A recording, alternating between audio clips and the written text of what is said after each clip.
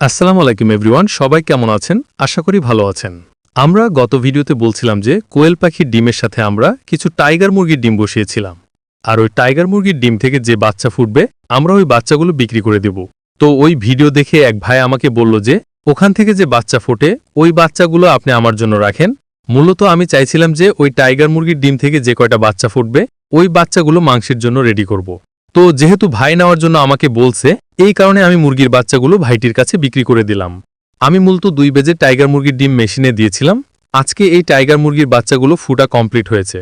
পরে যেই টাইগার মুরগির ডিম ইনকিউবেটর মেশিনে দিয়েছিলাম, বাচ্চাগুলো 8-3 দিন পরে বের হবে। আলহামদুলিল্লাহ, ওই টাইগার মুরগির বাচ্চাগুলো অর্ডার হয়ে গেছে। অবশেষে টাইগার মুরগির বাচ্চাগুলো গুনে ইনকিউবেটর মেশিন থেকে বের করলাম। এরপর বাকি ডিমগুলো ইনকিউবেটর মেশিনে ঢুকিয়ে রাখলাম। মূলত টাইগার মুরগির বাচ্চাগুলো আমি নিজে ভাইটির কাছে পৌঁছাই দিব। এই কারণে টাইগার মুরগির বাচ্চাগুলো একটি ফলের ঝুড়িতে রাখলাম, যাতে বাইকের সাথে সুন্দরভাবে বেঁধে ভাইটির কাছে পৌঁছে দিতে পারি। সবাই ভালো থাকবেন আর আমার খামারের জন্য দোয়া করবেন সবাই। আল্লাহ হাফেজ।